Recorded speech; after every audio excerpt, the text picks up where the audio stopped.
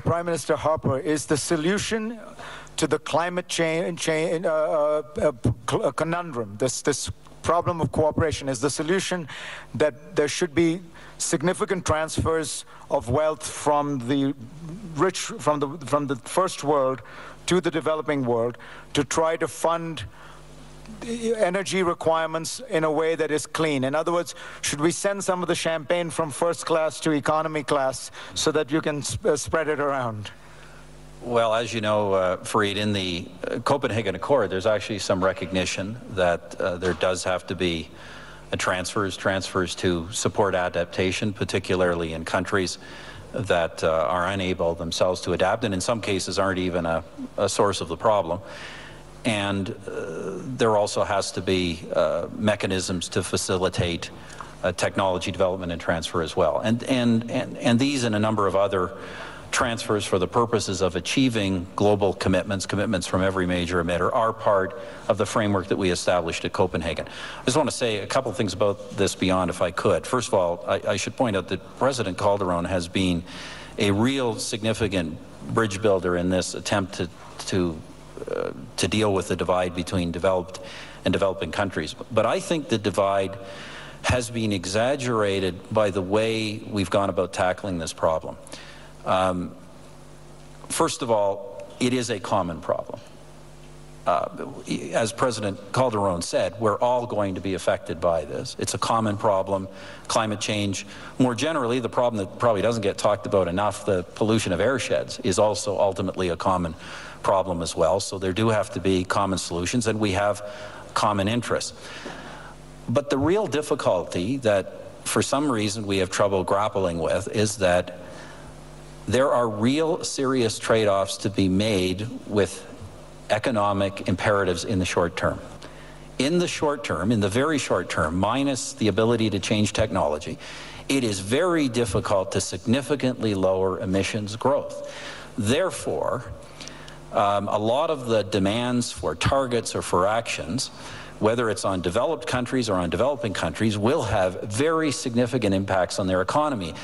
And everyone talks around this, or talks as if to recognize the economic problem is some kind of failing. And therefore, we all blame each other for not dealing adequately with the problem of climate change, when every country is trying to do is simply deal with the very real impacts these measures could have on jobs and economic growth. The legitimacy of that concern has to be acknowledged, both for developed and developing countries. And I think if we acknowledge that concern and acknowledge the different circumstances that obviously various countries find themselves in, and acknowledge as well that a big part of the solution has to be technological change over the long term, then I think we'll get more of a sense of shared purpose than the kind of blame game we have seen. But what it sounds like you're saying, Prime Minister Harper, is reduce the insistence on reducing CO2 emissions. No, I'm not saying that. I'm saying just recognize how those emissions have to be reduced. They've got to be reduced through technological change and innovation.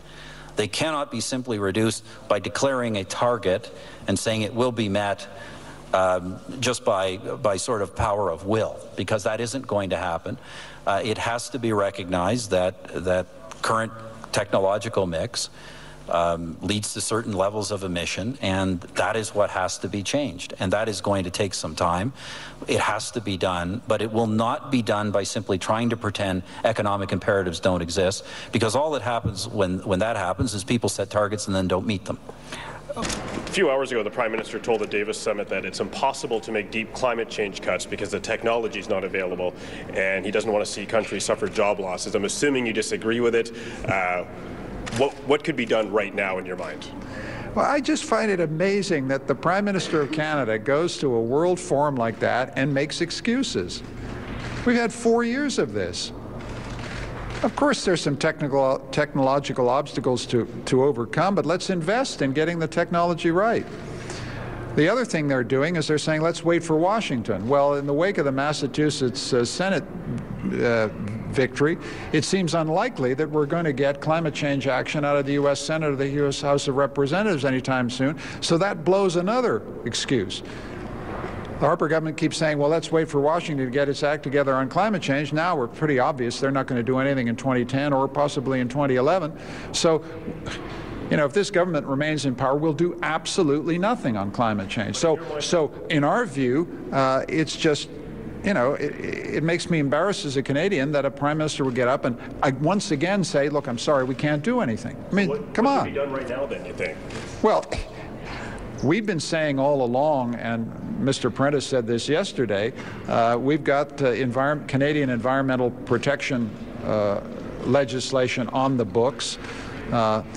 Federal regulation can begin to do the job. Let's step up. We don't have to wait for the United States to come up with a cap-and-trade system that's made in Canada.